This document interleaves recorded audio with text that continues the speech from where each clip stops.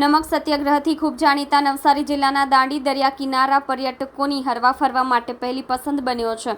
સાથે જ ઉભરાટ દરિયા કિનારો પણ પ્રવાસીઓ માટે ખૂબ જ જાણીતો છે, જ્યાં સુરત સહિત દૂરથી લોકો મોજ મજા માણવા માટે પરિવાર સાથે આવતા હોય છે। ત્યારે હવામાન વિભાગની આગાહી મુજબ ભારે પવન ફૂંકાવાનો હોય, સ્થાનિક વહીવટી તંત્ર દ્વારા કોઈ અપ્રિય ઘટના ન બને તે માટે તકેદારી રાખીને બંને દરિયા કિનારે પ્રવાસીઓ માટે આગામી 5 દિવસ બંધ કરવામાં આવ્યા છે। જાહેરનામું બંધ પાડી જિલ્લા કલેક્ટર દ્વારા પ્રતિબંધ લગાવતા ત્યાં પહોંચેલા પ્રવાસીને સ્થાનિક પોલીસ દ્વારા દરિયા કિનારો છોડીને દૂર જતા રહેવા સમજાવાયા હતા અને આવનારા દિવસોમાં ભારે પવન ફૂંકાવાથી ઊભા થનારા ખતરાથી લોકોને સચેત કરાયા હતા। વહીવટી તંત્રના નિર્ણયથી સ્થાનિક વેપારીઓને થોડી આર્થિક નુકસાની વેઠવાનો વારો આવ્યો છે, પરંતુ સહેલાણીઓના જીવનને જોખમમાં મુકાય તેવું વહીવટી તંત્રએ સાવચેતીપૂર્વક નિર્ણય લીધો છે।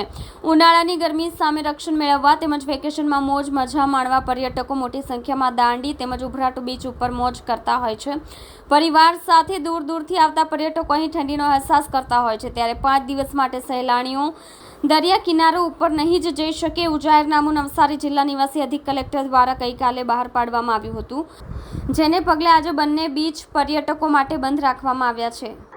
હવામાન વિભાગ દ્વારા 29/5/2024ની આગાહી મુજબ આવનારા સમયમાં 2/6/2024 સુધી રાજ્યમાં ભારે પવન ફૂંકાવાની શક્યતાઓને ધ્યાને લઈને માનનીય કલેક્ટર સાહેબના આદેશ મુજબ જિલ્લા વહીવટી તંત્ર દ્વારા નવસારી જિલ્લામાં આવેલ દાંડી તથા ઉભરાટના દરિયા કિનારાને તકેદારીના ભાગરૂપે તાત્કાલિક અસરથી બંધ રાખવામાં આવેલ છે। જિલ્લા વહીવટી તંત્ર દ્વારા પોલીસ તંત્રને પણ સાબદું રાખવામાં આવેલ છે, જેથી કોઈ અયોગ્ય ઘટના ન બને। આ સાથે જાહેર જનતાને પણ અપીલ કરવામાં આવે છે કે આ સમયે સાવચેતી રાખવામાં આવે। ગ્રામ્ય કક્ષાએ તલાટી તથા ટીડીઓને જાણ કરીને તે બાબતે સતર્કતા રાખે અને સાવચેતી રાખવા પણ જણાવવામાં આવ્યું છે।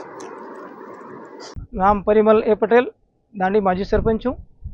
અને હાલમાં અહીંયા જે પરિસ્થિતિ છે, દાંડી ગામની જે પરિસ્થિતિ છે, ખાસ કરીને દાંડી ગામ એક દરિયા કિનારે આવેલું ગામ છે, ખૂબ નજીક જ દરિયો છે અને એના લઈને જે પવન ફૂંકાય છે દરિયામાં, હાલમાં જે પવન ફૂંકાઈ રહ્યો છે, 5-6 દિવસથી જે પવન ફૂંકાઈ રહ્યો છે, એના લઈને ગામમાં પણ થોડી તકલીફ છે કે ખાસ કરીને જે જૂના મકાનો છે એ બધા મકાનોને ઉડી જવાની ખાસ શક્યતા રહેલી છે, પરંતુ હજુ સુધી કોઈ એવી ઘટના બની નથી।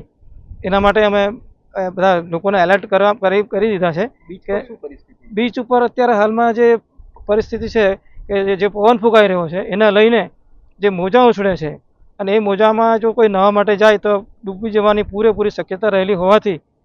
એના લઈને જ આ તંત્રે જે આપણો બીચને જે સીલ કરી દેવામાં આવ્યો છે એ ખરેખર ખૂબ સારી બાબત છે કે જેથી કરીને કોઈ પ્રવાસીનો જીવ જોખમમાં ના મૂકી શકાય।